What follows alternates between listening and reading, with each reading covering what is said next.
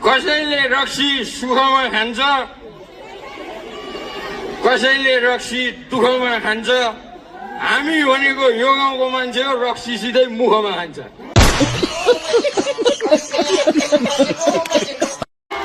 अब साथीभाइ भेट्दाखेरि हल्का के हो सबजना हल्लेको देख्छु त सबै झ्यापो।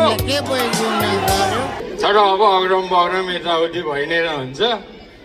नेता सल्यानमा सबैभन्दा बढी धेरै घुमेको, धेरै घुम्रेको, धेरै जेलिएको भनेको चाहिँ दुईटा चिज रहेछ। एउटा बाटो, अर्को नातो।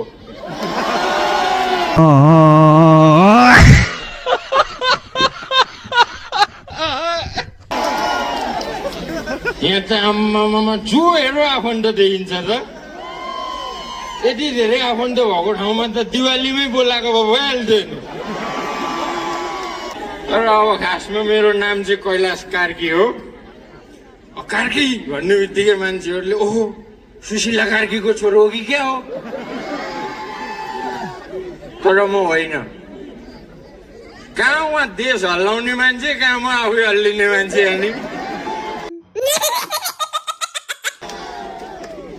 अब खासमा मलाई भन्न मन त म प्रियङ्का कार्कीको भाइ हो भन्न त हुन्थ्यो नि। अनुहारले कन्फिडेन्ट आउँदैन। अनुहार हेऱ्यो भने गोबरको थाप्रोमा लात्ताले हाने जस्तो छ।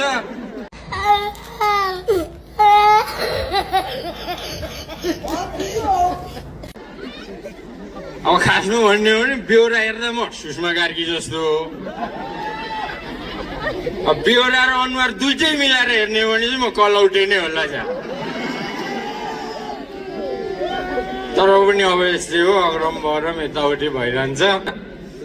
मान्छेहरूले चाहिँ सोलुखुम्बु भनेको चाहिँ हिमालको जिल्ला हो, हिमालको जिल्ला हो भन्छन्। कसले भन्नु? सोलुखुम्बु भनेको हिमाल, सागर, बसन्ती, म तपाईँ सबैको जिल्ला हो। हिमालको जिल्ला हो अरे। अस्ति एउटाले यता आउँदा आउँदै मलाई बिजोकै बनायो नि, बिल्लै हान्यो नि। सोलुखुम्बु भनेको त आलु उत्पादन गर्ने जिल्ला हो भन्थ्यो। हो रहेछ नि साथी रे। कसरी थाहा पायो भनेको संसारभरि घन्टीले जित्दा काङ्ग्रेसले जित्यो नि त।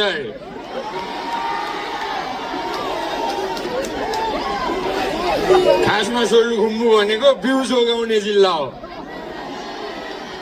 पहिले हामीले आलुको बिउ जोगाइयो, अहिले काङ्ग्रेसको बिउ जोगाइयो। बालेन बालेन रे। एकजनाले बालेन बालेन भनेर हुन्छ, बसाइ सर्दा गयो नि उतै अनि।